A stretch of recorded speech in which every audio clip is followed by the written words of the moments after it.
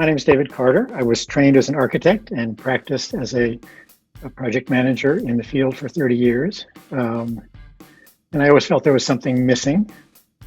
And about now 25 years ago, I got involved with a community organizing effort, the basis of which were one-on-one meetings with people. And that awoke in me something that was missing in my professional work. And in 2008, when the economy tanked and I had to find out a new way of supporting myself, I realized that's what was calling to me. So I got trained as a leadership coach and began working with groups on how to improve their impact and what internal work they needed to do to be more effective.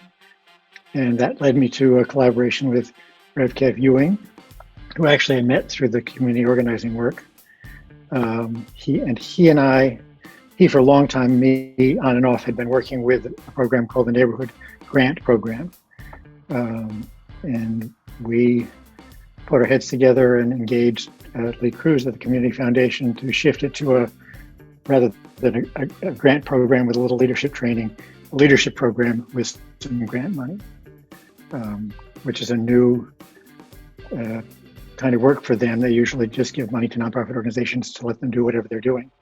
This was kind of seeding leadership and good work in the community. We realized that was where both of our hearts were and where the, I think, more effective use of our time was. So we've been doing this together now in this format for 6 years and still learning. Those intentional one-on-one conversations really kind of woke me up to something.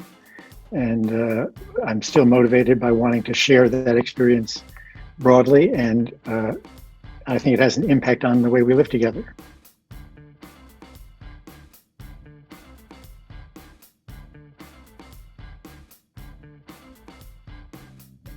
The traditional top-down model of community development has a bunch of experts doing a needs assessment and getting all their data together to say, well, these are the resources that are needed, and here's how we can impose them on the community.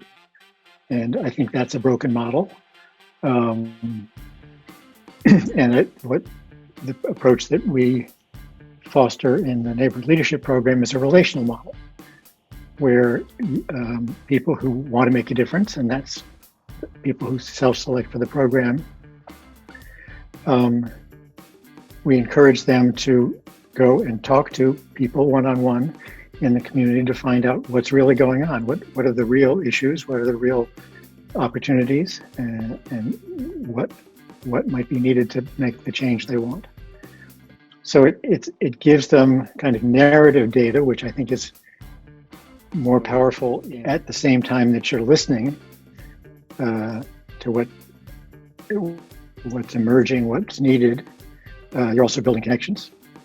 I think the shift was clear for me when I kind of let go of my project manager role, where it was my job to have all of the details and to organize them and make flowcharts and spreadsheets and, have all the answers. If you think you have the answers, you can't listen to what the problem is.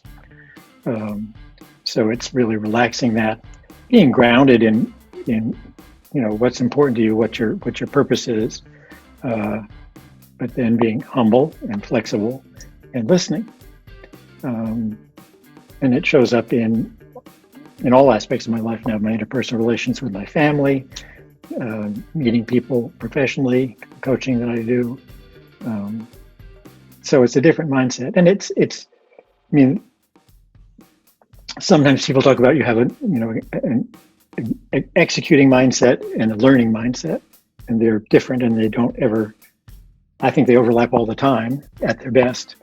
They support each other. You can't really execute without learning, and you can't learn without executing. So the pilot is an example of forcing yourself into an execution mode, but still with a learning framework.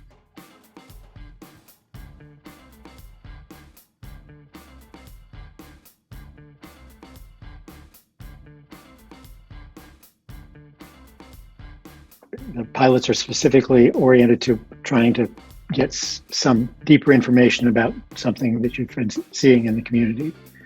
So you get to go a little deeper, see whether the way you're understanding it actually shows up. Many people, when coming through the program, who have ideas about solving some of the health problems that show up in poor communities of obesity and diabetes and bad nutrition, and they think that, well, I'll just get the community good information about what is healthy food and where to get it and so forth. And they have consistently learned that information is not enough, and that when they start interacting with the people, teaching them to cook, or having the kids involved so that the kids are seeing their parents in a different way, the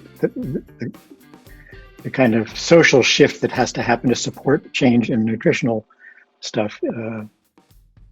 So that's a recurrent, just pretty much every year there's one or two people who are dealing with that and have that same aha moment. The other important part of the pilot is for the participant, the individual, they have to overcome their fears or concerns, or just build their ability to be present to what needs to happen, to lead the event if that's what it is. It's a chance for them to step into what they say they want to do. And there's enormous personal learning there, as well as the kind of community learning about, well, what's actually working.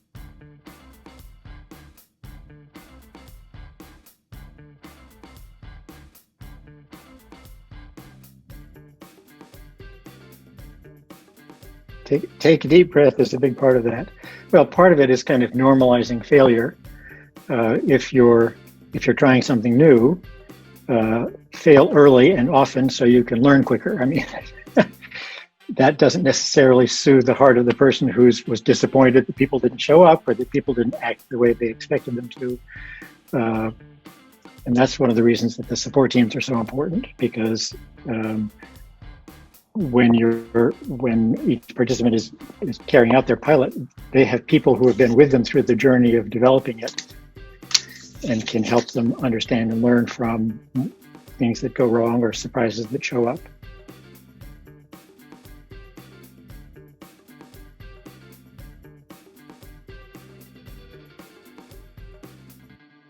But over the course of the several months of the program, when you're working closely with 2 or 3 other people every week on what each of you is bringing or trying to do,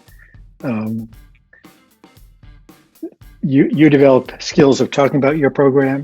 You develop skills about listening to another person talk about their program, and how to be an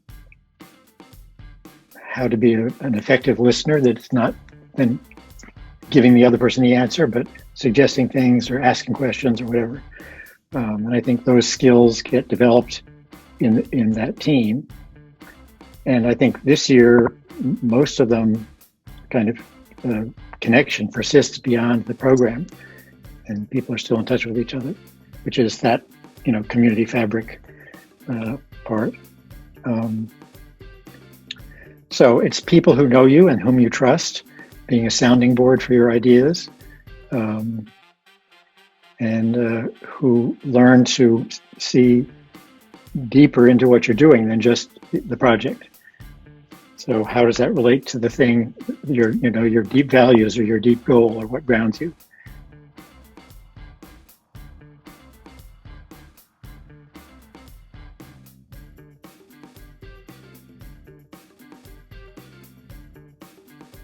Something that one of my architecture school professors taught me, which I wish I had learned earlier, which is never get good at something you don't like to do, because you'll end up doing it because people will find it useful, and then you won't get a chance to explore the things where you can be more effective. Another actually lesson from architectural work was, if you're stuck in trying to understand or solve a problem, change your perspective. So in architecture, if I was studying a design in plan view and it wasn't working, I would look at the elevation view or the section view to see how the parts were relating on a different axis. Be aware of the perspective that you're taking when you're working on something, and be able to shift so that you can get a different understanding of it.